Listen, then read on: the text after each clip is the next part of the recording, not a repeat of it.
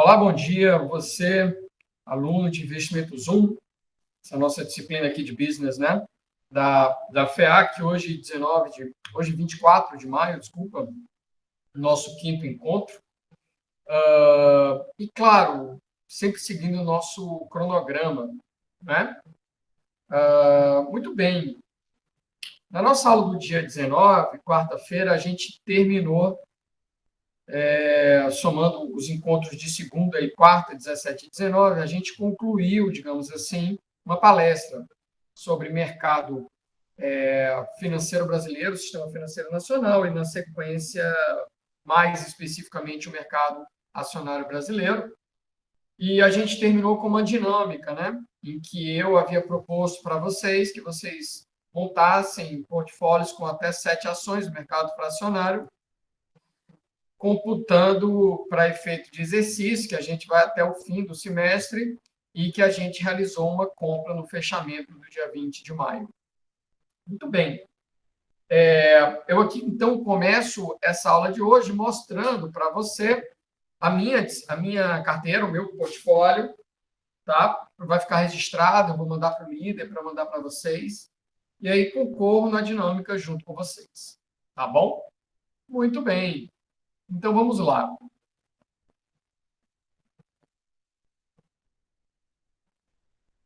começar aqui compartilhando minha tela com vocês. Excelente. Pronto. Eu não havia enviado para vocês, não havia disponibilizado para vocês. Acho que agora está melhor. Eu não havia disponibilizado para vocês essa apresentação do dia 19 de maio, no próprio dia 19, porque eu precisava fechar, né? Isso aqui. E se eu apresentasse, eu estaria dando alguma informação para vocês, alguém poderia copiar minha carteira, enfim. Não seria muito interessante, não é? Mas só para deixar claro, ó, no slide anterior foi a dinâmica que eu passei para vocês, e no slide seguinte já, e aí eu já disponibilizo hoje para vocês e inicio o assunto propriamente dito da aula de hoje. Muito bem. Hoje, o que é que nós vamos fazer aqui, fechando a aula de quarta-feira? Vou mostrar minha carteira para vocês e vou partilhar algumas dicas de investimentos. Por que 7 ações? Olha, a gente já havia feito muitas simulações nesses últimos anos, em que a gente aplica, teoricamente ou na prática, né, na Bolsa de Valores. E o ponto é, quanto mais ações você colocar na sua carteira, maior a sua capacidade de diversificação de risco, o que significa que você reduz a chance de você não atingir o teu target, né? Ao mesmo tempo, você tem custos de transação maiores, custos de monitoramento maior e custo de turnover, custo de rebalanceamento também maior. E muitas vezes, para você ter uma carteira com mais ações, você precisa também gastar mais dinheiro, não é? Então, a gente achou que essa quantidade de 7 ações para um valor pequeno de R$ 5.000 seria suficiente. Então, isso aqui é fruto já de muitos experimentos. Mas não é um número cabalístico, um número da perfeição. Você monta sua carteira com o que você julgar que tem que ser. A gente vai ver mais para frente que alguns estudos sugerem que para o Brasil, é óbvio que isso depende da janela de tempo, mas eu acho que mais do que 20 ativos para você colocar no teu liquidificador é muito. E liquidificador é o processo de otimização que a gente vai aprender daqui a uns 2, 3 meses. Tá? E aí, o que sair o resultado dessa otimização, você faz pequenos ajustes. Então, assim, toda vida que eu monto portfólio, e aqui eu já estou dando um spoiler do que vem pela frente, toda vida que eu monto, eu confesso que tem mais de 500 ações na Bolsa, eu faço uma espécie de ranking, tá? Que leva em consideração 8 métricas de performance, que, por sua vez, são baseadas, essas métricas de performance, em várias métricas de risco e de ganho. Então, eu controlo por tudo que eu conheço, estatisticamente falando, agrego tudo isso, dando mais peso para métricas de performance que eu gosto mais, e gero um ranking, como se fosse, por exemplo, uma prova de vestibular, que eu saio normalizando, dando pesos diferentes.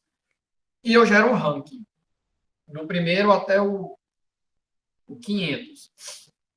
Só que, para começar, eu nem invisto muito em ações que tenham liquidez baixa. Então, na realidade, eu acabo ranqueando só uns 200 e poucas ações que tenham aí liquidez de 100%, porque eu só trabalho no mercado fracionário. Porque, já antecipando também um conhecimento, o lote padrão de ações são 100 unidades. Uma ação que custa, sei lá, R$ 11, você vai gastar R$ 1.100 se você quiser comprar um lotezinho só dela. Então, assim, acaba que fica caro. E tem ação que custa R$ 110, entendeu? Aí você vai gastar o quê? R$ 11.000 para comprar um lote padrão dela. No mercado fracionário, você pode comprar uma unidade, se você quiser, duas, três. Então, com R$ 200, você pode comprar um bocado de coisa. É bem verdade que o custo de transação não vai te ajudar. É pouco dinheiro para você investir nas ações, mas, enfim, poder pode. Então, no mercado fracionário, ele tem uma liquidez menor. Ele é voltado para pequenos investidores. Muito bem. Então, assim, já tem uma liquidez menor. Tem ação que é transacionada no lote padrão, mas no fracionário não é. Aí eu ainda vou investir nela tendo liquidez baixa, sim, não tendo presença garantida no pregão. Então, assim, eu já invisto no mercado que tem menor liquidez, tem menor volume de transação, menor quantidade de negociações. Então, pelo menos, priorizar aquelas que têm 100% de liquidez. Está 200 e poucas, eu não lembro a quantidade exata agora. Claro que esse número depende da janela de tempo que você vai analisando. A janela de tempo, como a gente vai ver a partir daqui em diante, é um padrão ouro de um ano, série diária. Então, eu faço esse ranking dentre as que tenham presença de 100%, e aí começo a jogar fora ou incluir, dependendo desses aspectos aqui, desses 7 hints que estão nesse quadrado aqui embaixo. Sim, eu olho para o aspecto visual do ganho acumulado, então eu fico acompanhando as 20 ações, ações que tenham comportamentos muito inesperados para cima ou para baixo, mesmo que não seja uma questão de ajuste, é aquilo mesmo, tá? Seja um ganho ou uma perda verdadeira, não fruto de erro, de manipulação, não feita ou qualquer outra coisa. Mesmo assim, eu fujo dessas ações. Eu não gosto de ações de empresas cujo comportamento é inesperado. Isso poderia e deveria ter sido captado nas métricas de risco, mas como a gente acaba agregando, isso, por vezes, pode fazer com que, mesmo esse tipo de comportamento não esperado, passe despercebido e a ação fique bem ranqueada. A maioria das ações que têm comportamentos inesperados, elas vão ser punidas pelo ranking. Mas ainda assim pode acontecer. Então, eu faço um double check e eu gosto de uma nuvem. Tá? Se você quiser saber o que é uma nuvem, eu não estou aqui com essa planilha aberta. Deixa eu abrir aqui rapidinho.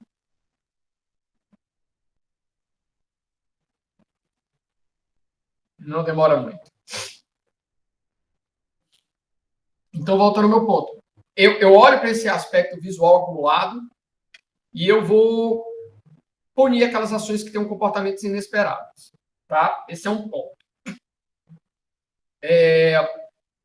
E aí eu vou fazendo isso de forma que teve um comportamento inesperado, eu tiro. Puxa a 21ª, puxa a 22ª e assim vai. De forma que eu estou olhando sempre para as 20 melhores nesse meu ranking super agregado de performance que capta quase tudo, mas vou excluindo aquelas com comportamento inesperado, e aí vou chamando sucessivamente. Depois que eu faço isso,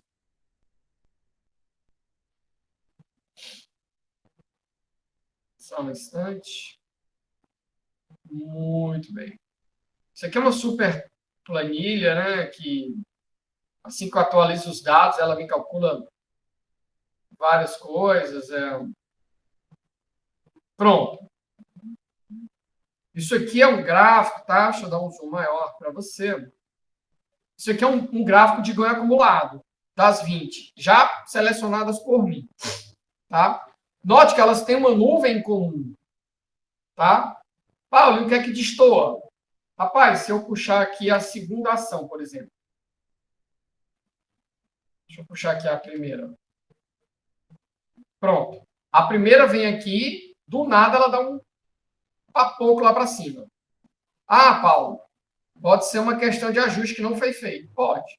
Aí depois que você checa que não é uma questão de ajuste, que ela realmente teve um ganho inesperado num prazo muito curto, isso aqui, para mim, destoa da minha nuvem, tá? Se você olhar aqui, isso é destoar. Ela sai completamente da nuvem. É uma loucura. Isso não me agrada, por fora, tá? Claro que isso aqui é um sinal de que pode ter um problema de ajuste, mas não é o caso dessa ação. Então, eu vou eliminando as ações que têm comportamento inesperado e chego nessa nuvem, tá? Muito bem. Aí, mais um hint que está aqui, mais uma dica, que é para chegar, né, nesse gráfico. Eu já considerei questão de riscos baixos e performances altas. Isso aqui é que vai conjuntamente gerar o ranking. Aí depois eu vou excluindo aquelas com aspecto visual indesejado. Eu já excluí também, tá? Se a gente olhar aqui na planilha, aquelas que estejam em recuperação judicial. Tudo não. E se eu puxar uma ação que apareça com risco judicial, recuperação judicial, na mesma hora vai me dar um alerta e eu excluo ela. Tá? Por quê? Ora, é muito simples. Um processo de recuperação judicial, além de normalmente demorado e complexo, ele traz uma incerteza que eu não quero no meu portfólio. É uma incerteza indesejável. E é uma incerteza que você só deveria precificar e comprar se você confiar muito naquela empresa, se você confiar muito no sistema judiciário brasileiro, ou se você tiver informação privilegiada sobre o resultado daquela recuperação judicial. Por exemplo. Se você souber antes do mercado que vai dar certo, beleza.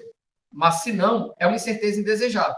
Lembrando sempre que operar com informação privilegiada é crime.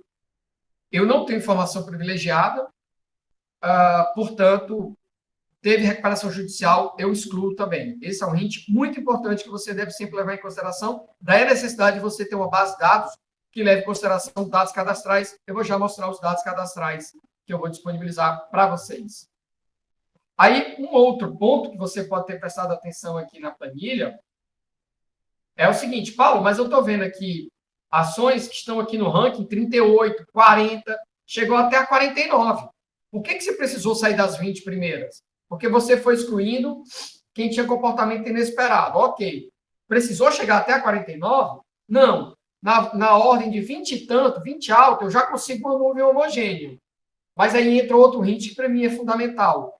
Eu quero diversificar aqui, ó, diversificação setorial. No caso, não a questão do setor econômico em si, mas o refinamento dele, que é o subsetor, e, na sequência, o refinamento de segmento. Porque só tem 11 setores econômicos. Não dá para colocar 20 ações de 20 setores econômicos diferentes, se só tem 11. Mas segmentos que tem quase 90, aproximadamente isso aí, dá para você diversificar. Então, o meu ponto é que não fique duas ações de empresas de um mesmo segmento econômico. Aqui todos os segmentos são diferentes. Se tiver algum segmento que está se repetindo, eu excluo a ação e coloco uma outra. Vou puxando da fila, a 50ª e por aí vai. Então, olhando para cá,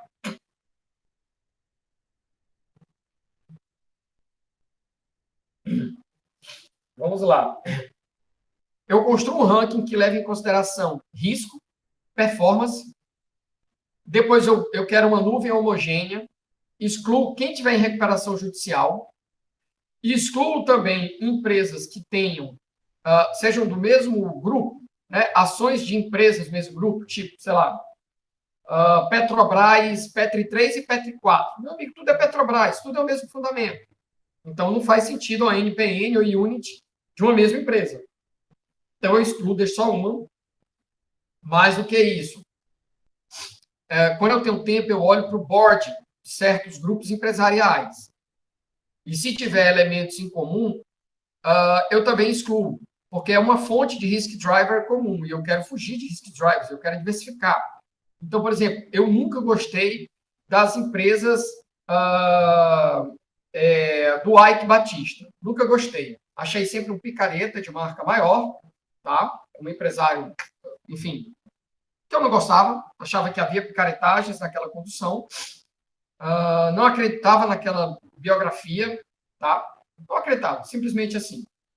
E fugia de todas as empresas que tivesse o Ike como acionista. Essas empresas que terminavam em X, né? Muito bem. Só me lembra aquelas imagens dele fazendo X, né? Picaretagem. Enfim, fugia de empresas que o tivessem no board. Uma outra estratégia que você pode fazer são as empresas que têm o BNDES par como acionista. Por quê? Rapaz, hoje nem tanto, mas no passado, e eu tenho um paper sobre isso, é estranho essa participação do BNDES par como acionista de empresas. Muito estranho. Tá? Era uma coisa que as pessoas observavam pouco, porque movimentava bem menos dinheiro do que os empréstimos do BNDES para empresas campeãs, mas o BNDES também ajudava as empresas como acionista. E os resultados não eram bons. Ele entrou como acionista e a empresa, tempos depois, melhorou o faturamento, empregou mais, melhorou o market share, melhorou a performance. Nada. Era muito ruim, é muito estranho. Então, assim, eu evito empresas que tenham certos acionistas ou certos elementos nos seus boards. Como falei aqui, diversificação setorial via segmentos distintos. E claro que eu também olho, quando eu tenho um pouco mais de tempo, aspectos macroeconômicos. Como um doutor em economia que sou, eu preciso entender que certas empresas podem estar num momento desejável ou indesejável. Então, empresas que sejam muito dependentes ou estejam no setor muito dependente de taxa de juros básica, leia-se Selic. Vai ter reunião do Copom quarta-feira agora, por exemplo. Pela primeira vez, você vê um mercado muito divergente, muito heterogêneo, muito desconfiado da decisão do Copom. Se a Selic vai ou não subir. O mercado está precificando uma subida leve, mas há rumores de que vai subir bem mais do que o mercado está precificando.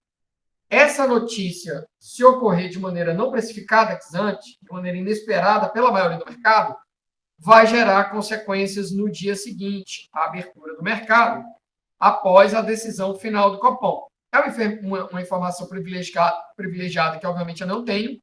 Pode afetar um setor em cheio, para baixo, por exemplo.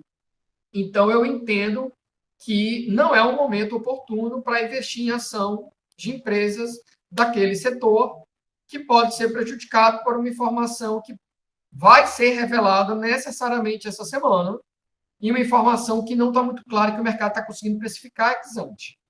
Então, diante dessa fonte de incerteza que eu sei que vai se resolver em alguns dias, eu prefiro essa incerteza se resolver para, quem sabe, na semana seguinte, investir nas ações de empresas de setores que vão ser influenciados por essa decisão da Selic.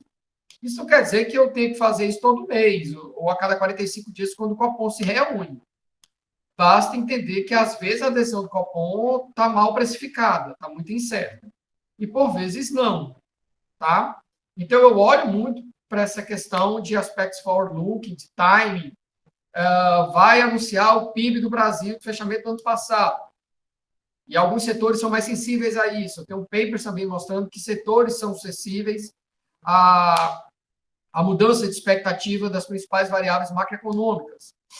Então, assim, tudo isso me leva a crer que, às vezes, não é o momento adequado de investir naquele setor, naquela empresa.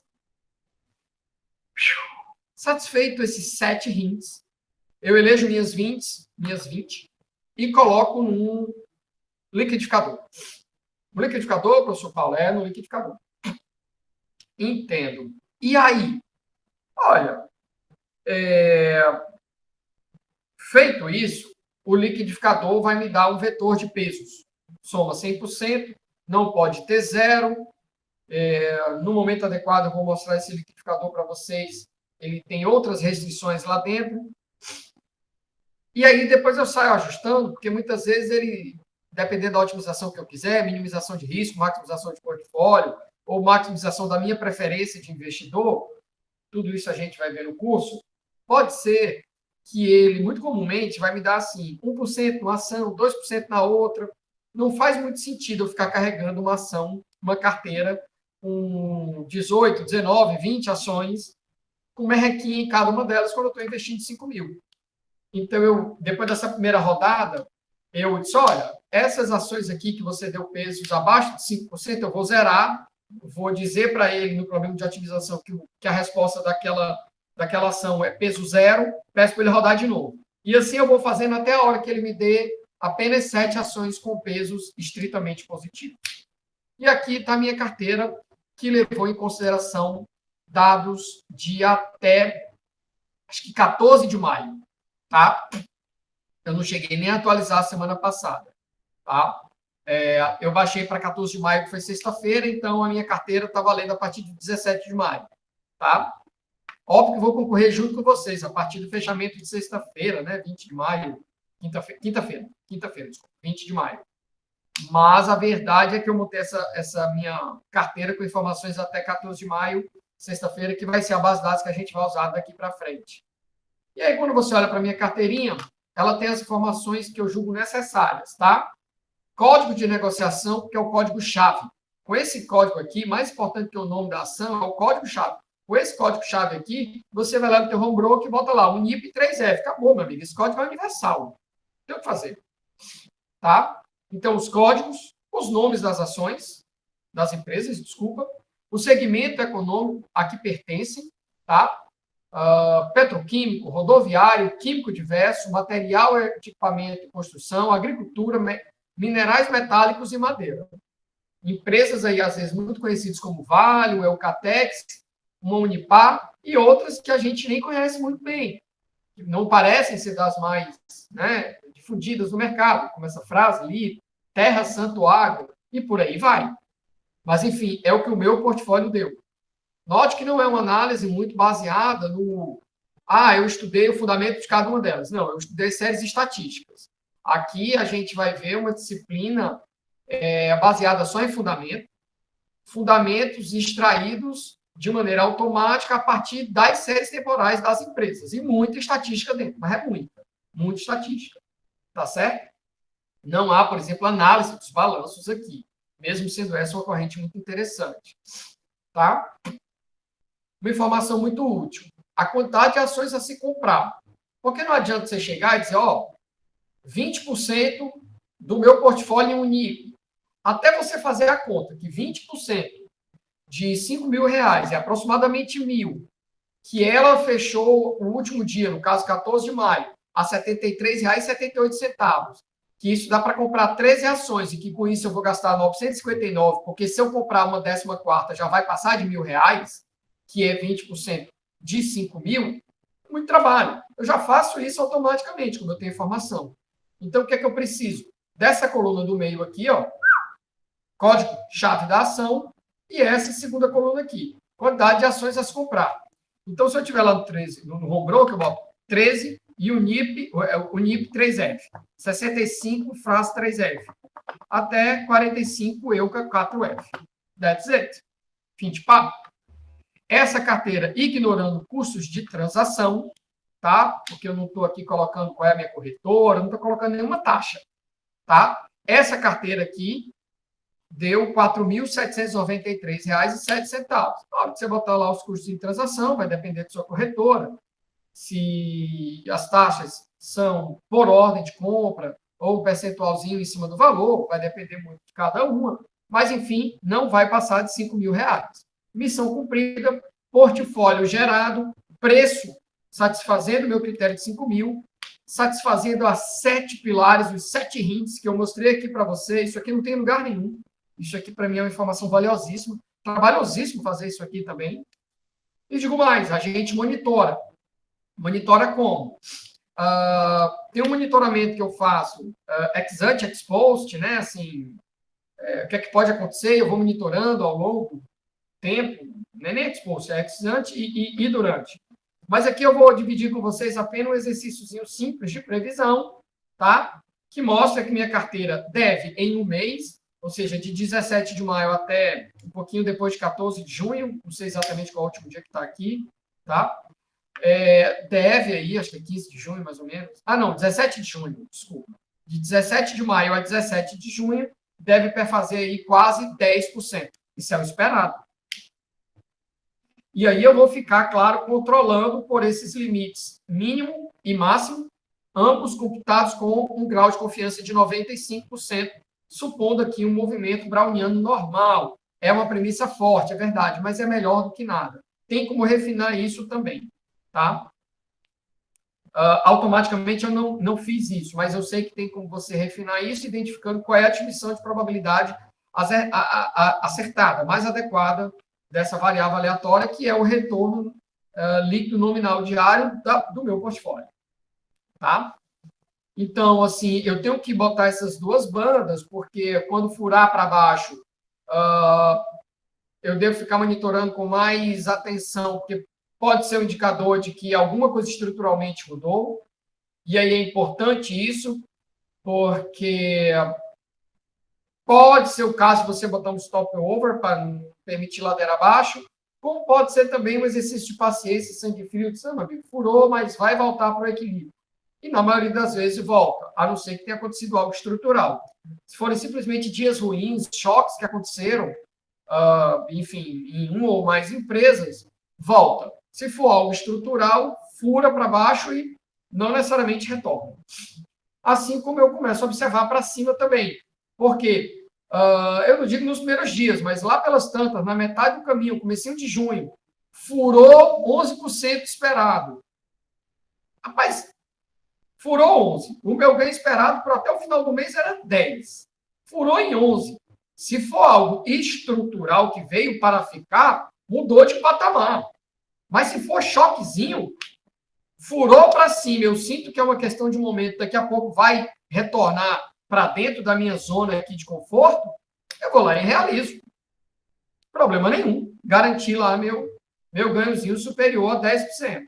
Tá? Então, qualquer rompimento no meio do caminho, passou de 10%, que era o meu ganho esperado para o mês. Se isso acontecer na primeira semana, e eu sentir que não é estrutural, que foi choque, eu realizo.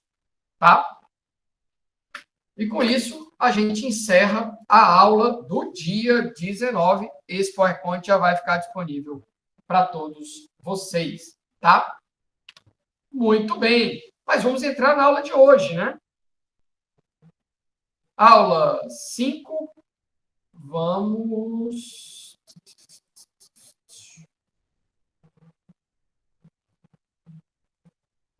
Muito bem.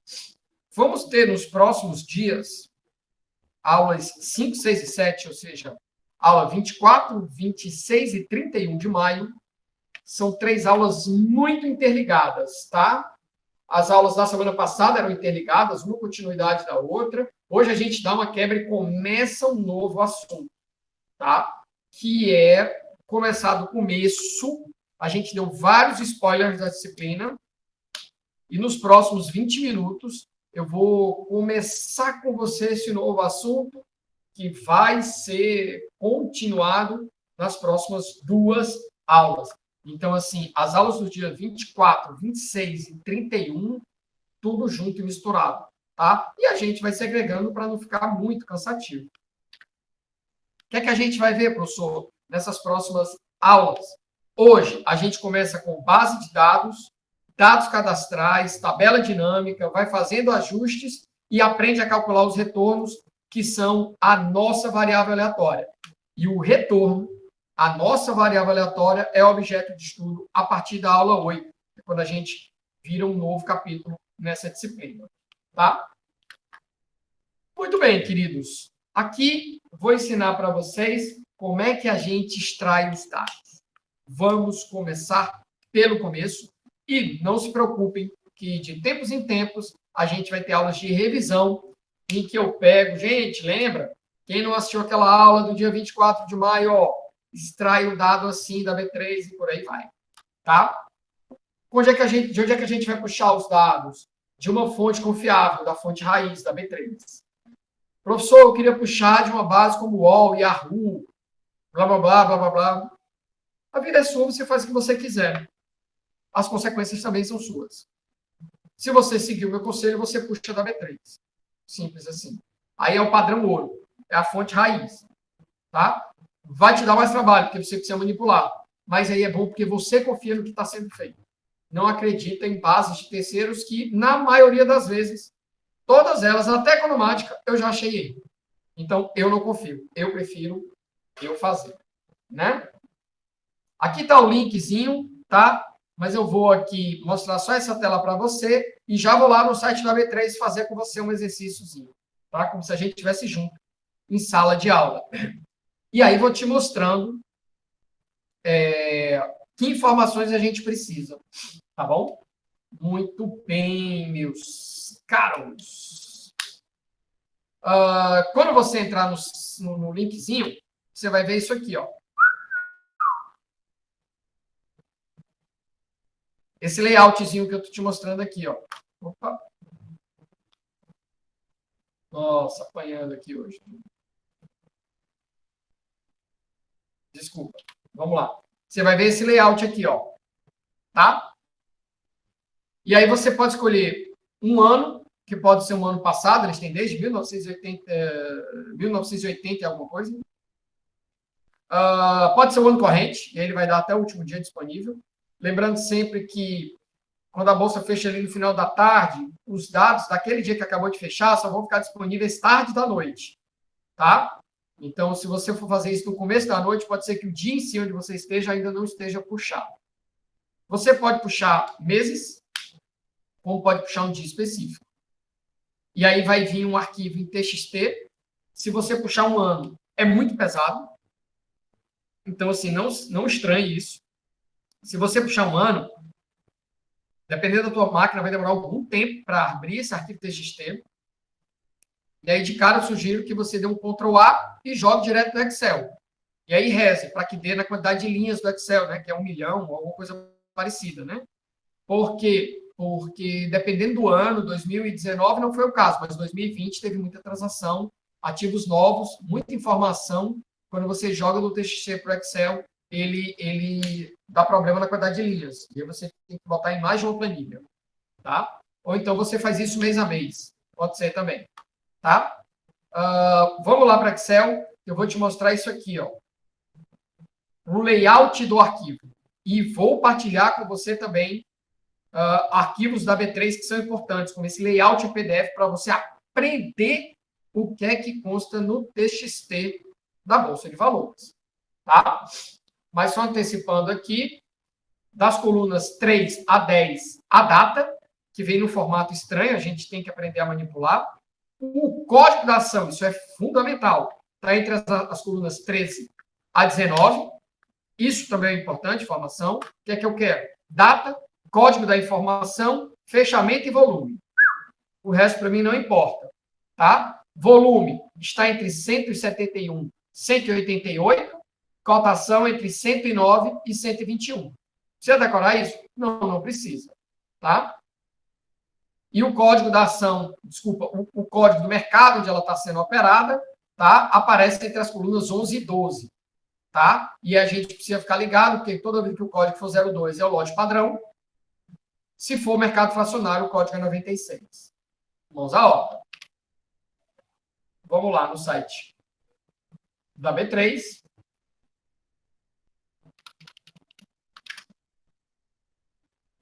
Muito bem. Site da B3 bonitinho aqui. Você vai em Market Data. Market Data aqui. Histórico. Cotações históricas do mercado à vista. Clicou aqui. Abriu aquela telinha que eu te mostrei no meu slide. Principalmente se a nossa internet aqui ajudar. Hoje está um pouco mais lento do que o usual. Telinha na mão. Vamos lá. Você pode escolher aqui um mês, tá? E um dia. Ele vai dar isso aqui sempre séries diárias só do ano corrente, tá?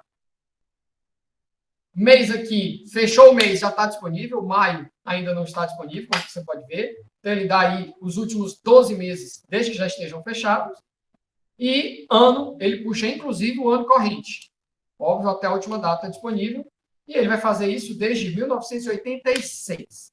Ou seja, tudo que você precisa está aqui, tá? Vamos puxar aqui um dia só para ir mais rápido, tá? Então, eu vou pegar o último dia disponível, 21 de maio, sexta-feira, vai abrir um CAPTCHA aqui, o que vai fazer com que você não possa programar e extrair isso aqui automaticamente todos os dias, tá? A não ser que você vá para o mercado pago, tá? Dessas informações aqui, tudo bem?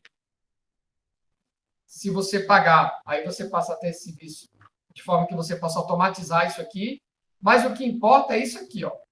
Olha que coisa linda, ou hashtag só que não, né? Isso aqui é só um dia. É só um dia. É informação como o diabo. Mas a gente já consegue começar a visualizar algumas coisas que a gente quer, como, opa, olha aqui as informações de data. 2021, maio 21. A, né, 4 As, 2 Ms, 2 Ds.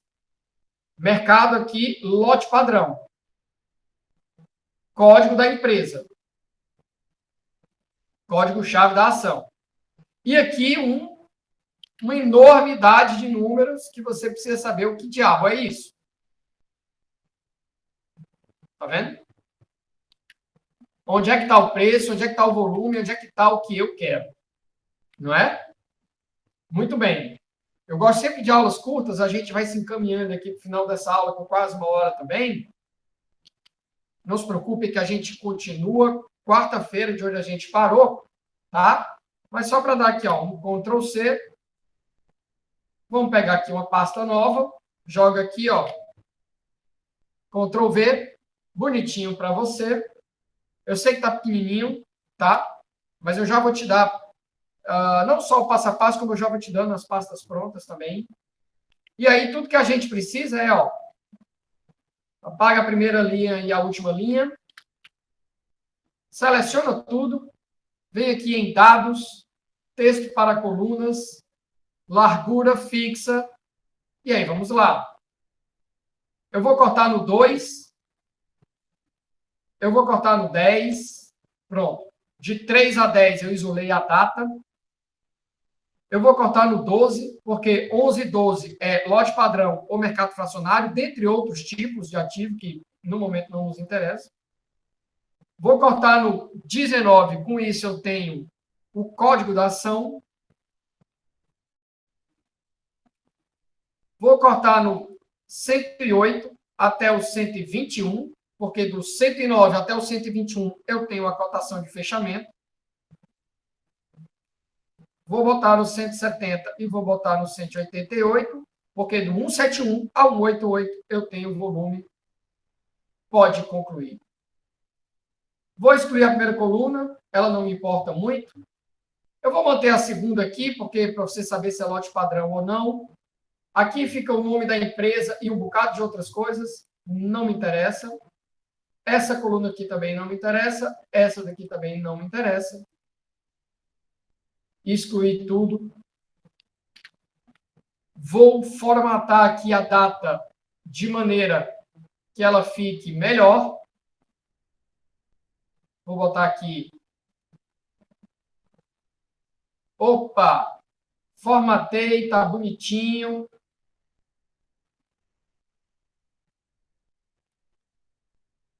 Já posso botar aqui, ó, data.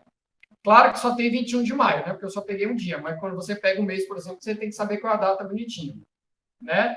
Aqui eu posso dizer qual é o mercado, tipo de mercado. Paulo, estou vendo só lote padrão. Será que não vai ter fracionário em nenhum lugar, meu Deus? Será, hein? Vamos só colocar aqui, ó, ação, preço, volume, e a gente descobre já se tem lote padrão. Ou, desculpa, fracionário. Tem sim, ó, 96, ó. Se você deixar só 96, vai aparecer, ó, só o fracionário bonitinho. 450 ações foram transacionadas no lote fracionário dia 21 de maio, tá? Então, usando o comando aqui, você pode deixar só lote padrão, só fracionário, só derivativos, o que você quiser. tá? A ação está aqui bonitinho, o preço também, volume também. O último ajuste que a gente precisa fazer é dividir tudo por 100, tá?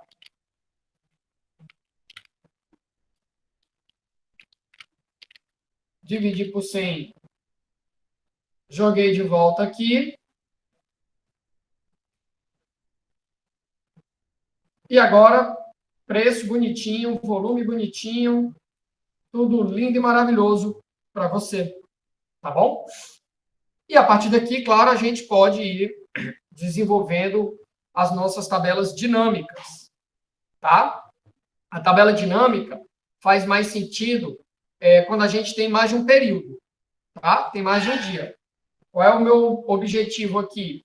O meu objetivo é que você chegue nessa tabelinha aqui, ó.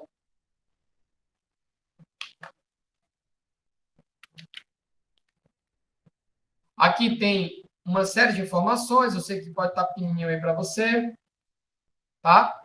Tem um código de negociação, vários dados cadastrais, e aqui, ó, dia a dia, do mais novo para o mais antigo, inclusive com feriado, tá? Ação por ação, cada uma na linha, tá bom? Muito bem. Vou te mostrar um pouquinho dos dados cadastrais. Já vou disponibilizá-los para vocês, tá? De forma que vocês não tenham que ficar perdendo tempo com isso, tá? Então, eu vou mostrar um pouquinho para vocês do que é que vai ficar disponível lá no nosso SIGA, em termos de dados cadastrais, tá? Muito bem. Código de negociação é o código-chave para você fazer uma operação, para você usar o comando procv, que é um comando que procura no Excel. Esse é o código-chave. Não vá pelo nome da empresa. Não vá. É o código de negociação. Nome completo da empresa em questão. Se é uma ação preferencial, se é ordinária, se é unit, que normalmente é uma cesta de PN junto com a N. Nacionalidade, se é nacional, se é estrangeira. Nível de governança, vai estar tudo lá para você. E informações muito importantes, como setor econômico, subsetor e segmento, que são refinamentos do setor econômico. Se está ou não em recuperação judicial, de tempos em tempos tem que ser atualizado. Presença nos pregões dos dias úteis do último ano. Se nós estamos falando de uma empresa pública ou privada, pode ser informação importante para você também. Participação dessa empresa no Ibovespa. Isso aqui, de tempos em tempos, precisa ser também atualizado, porque a cada quadrimestre o Ibovespa é atualizado. Tá? Então, assim, é isso aqui que eu vou passar para vocês junto com as cotações. Tá? E aí, eu começo na aula que vem explicando para vocês, né, um pouquinho mais desse processo. Digo, só mais uma vez, de onde eu extraio e como é que a gente chega numa planilha dinâmica, tá? Vou fazer esse passo a passo para você.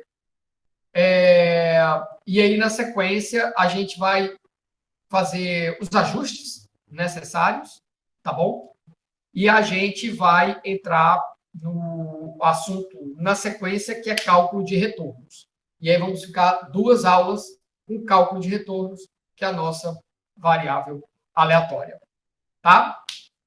Termino aqui só trazendo alguns indicadores desse mercado fracionário para você.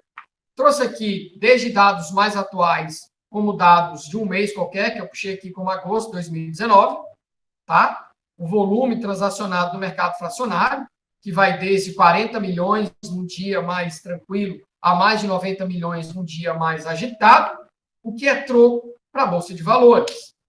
No ano de 2019, um ano comum, 2020 é um ano atípico, foram transacionados menos de 15 bilhões de reais no mercado fracionário, quando na Bolsa como um todo foi transacionado um volume acima de 4 trilhões. Tá? Então, não chega sequer, tá? Não chega sequer a 1%. Então, coloca aí na sua cabecinha que menos de 1% do volume transacionado na Bolsa de Valores é no mercado fracionário. Ou seja, é um mercado ainda bem pequeno, mas recomendável para quem tem pouco dinheiro para poder diversificar. Claro que com a entrada de mais gente nesse mercado com pouco dinheiro, ou iniciantes, mais esse mercado fracionário vai aumentando o seu market share.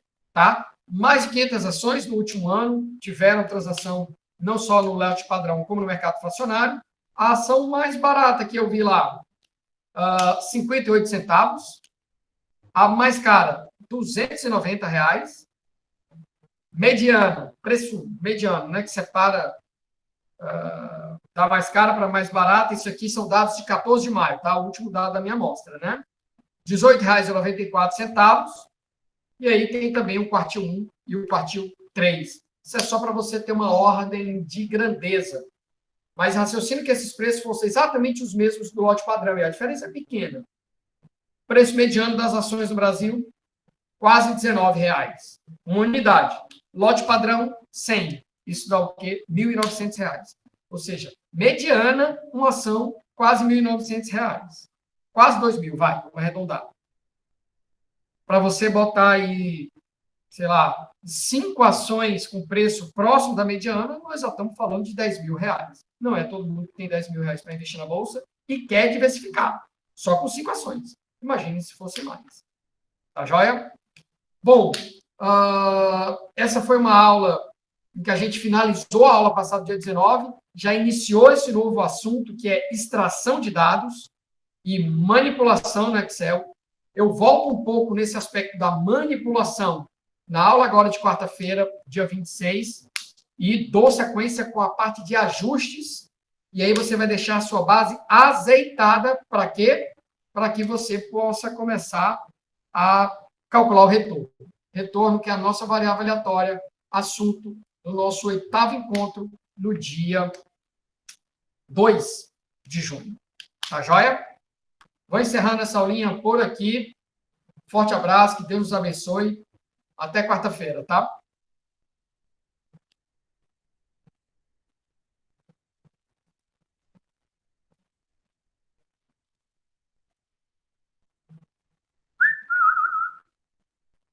Até logo mais, meus caros, minhas queridas.